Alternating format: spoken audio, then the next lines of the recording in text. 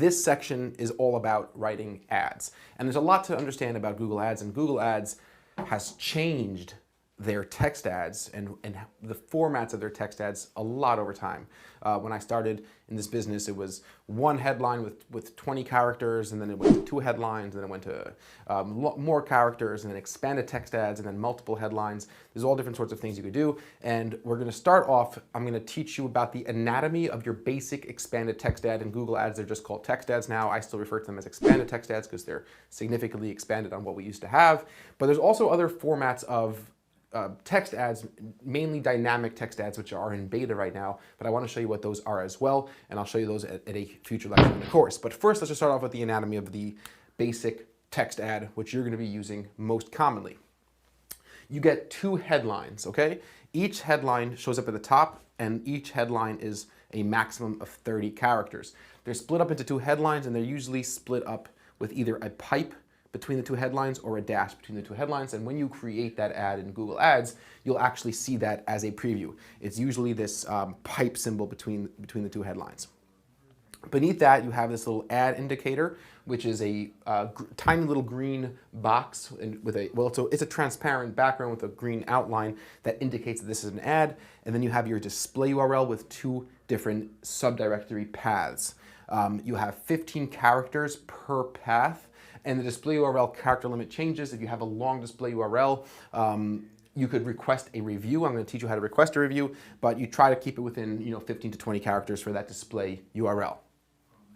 I get a lot of clients that ask us, we take on their account, we're running ads, and they call us frantic. They say, we looked for our ads, we saw an ad, and there's a URL on the page. We don't even have that landing page on our site. We don't have a page like that. And I said, calm down. Your display URL is just your display URL. It doesn't actually mean the website or landing page that a person is going to. So for example, your final URL, which is what your final URL doesn't ever appear in the actual ad to a user. You put a final URL in, which is where a person should wind up if they do click your ad. You have your actual URL or a final URL with potentially your tracking template information appended to it if that's the case. But your display URL could be a cleaner version of a final URL. So for example, let's say we're talking about office chairs, and we're talking about, and we're doing rolling office chairs. So if I were to find that page on Poppin's website, it might be like rolling chairs /search equals whatever, right? It might be this really weird search results URL to get me to a page that just has rolling office chairs. So what I could do for my display URL is I could say poppin.com for my root URL, and then I could have, let's say, chairs as my first path rolling, right? Which gives the user a very clear indication that they're going to the right page. So if a person does take a look at this display URL, they'll be like, oh yeah, that's actually a page that I'd like to go to. So they don't have to see this big messy thing. But this long URL, which I would copy from the menu bar or the browser address bar in my browser, that's what goes here in the final URL. That's the actual page. That's that long, ugly looking URL. And then you could clean it up, make it nice, and use this as part of your marketing.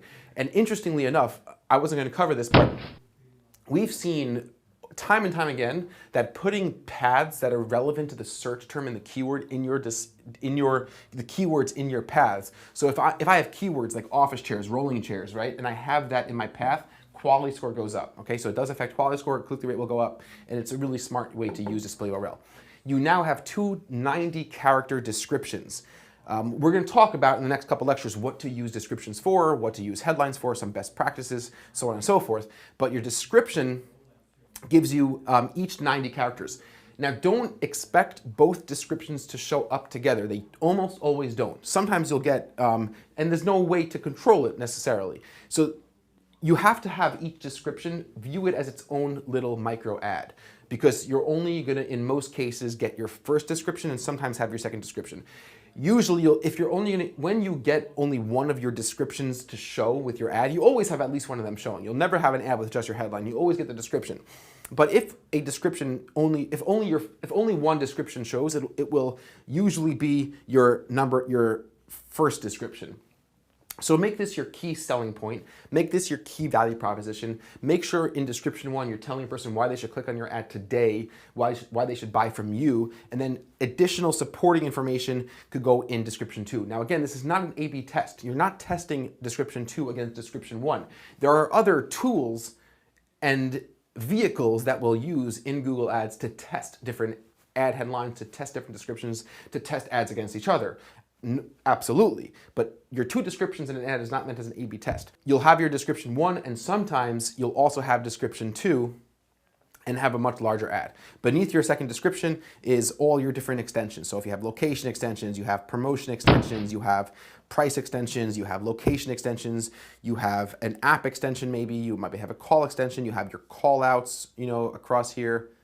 And we know all about ad extensions because we cover them in enormous detail. So anyway, this is the anatomy of a Google Ads expanded text ads, otherwise known as text ads. This is the ad format that you're going to be really using the most consistently, the most commonly used. I'm also going to show you later on what dynamic expanded text ads look like. But now that you're familiar with the different components, different pieces of the text ad, let's talk about some compliance with Google Ads, best practices with Google Ads, and some psychological principles with writing effective Google Ads. And maybe I'm going to show you a case study, and let's get to it. I love this stuff. I look forward to seeing you guys very soon in the very next lecture.